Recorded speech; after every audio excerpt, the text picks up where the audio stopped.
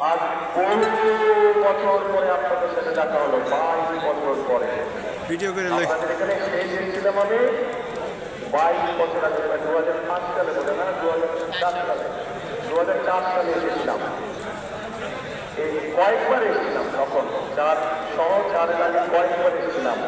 রাজশাহী জেলার বিভিন্ন উপজেলায় গিয়েছিলাম। সে সময় গিয়েছিলাম গরিব দুস্থ মানুষকে কম্বল পৌঁছে দিতে। গরমের সময় গিয়েছিলাম মা বোন নারী যারা ছিলেন তাদেরকে হাঁস ছাগল এগুলো বিতরণ করার জন্য। কাজেই আপনাদের সাথে আমার একটি আত্মার সম্পর্ক রয়ে গেছে রাজশাহীর মাধ্যমে। প্রিয় ভাই বোনেরা, আজ এটি নির্বাচনের জনসভা, তাই তো? এখন নির্বাচনে দাঁড়াবে, কথা শেষ হবে, স্লোগান দিলে আমার কথা না শুধু দলের করবে। আমি কি বললাম এটা শুনে দিয়ে এলাকার মানুষকে বলতে হবে, তাদের কথা শুনতে হবে। এখন যেহেতু এটা নির্বাচনী জনসভা, নির্বাচনী জনসভায় কি হয়ে থাকে? নির্বাচনী জনসভায় একদল আরেকদল সম্পর্কে বিভিন্ন কথা বলে থাকে। তবে আজকের এই নির্বাচনী সভাটা আমরা ভিন্নভাবে করতে চাই, ভিন্ন কথা বলতে চাই, ভিন্নভাবে করতে চাই, ভিন্ন কথা বলতে চাই।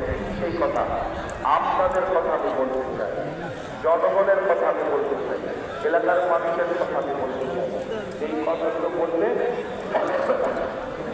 এই বিষয়গুলো আলোচনা করলে পরে মানুষের উপকার হবে, এলাকার মানুষ শুরু করা হবে, জেলার মানুষের, উপজেলার মানুষ।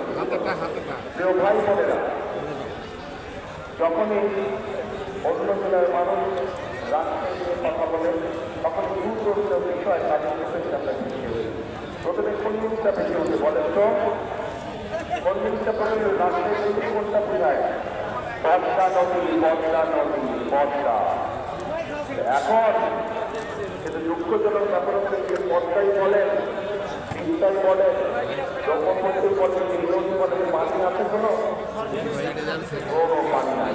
পদ্মার সাথে যে খালগুলো, সেটাতে কোনো পানি আছে? কোনো পানি নেই। এরপরে রাজশাহী বললে কি বোঝায়? শিক্ষা দাও, তাই তো? শিক্ষা এই লগ্নে বহু শিক্ষিত মানুষ আছেন, কিন্তু তাদের মধ্যে বহু মানুষ আছে ঘরে বেঁচে আছে। এখানে আইটি পার্ক করেছে, কিন্তু কোনো কাজ নাই। আইটি বলতে হয় কোনো কাজ? কোনো কাজ। এখন এই বিষয়গুলো তো আমাদেরকে নজর দিতে হবে, তাই না? আমাদের নদীতে পানি দরকার।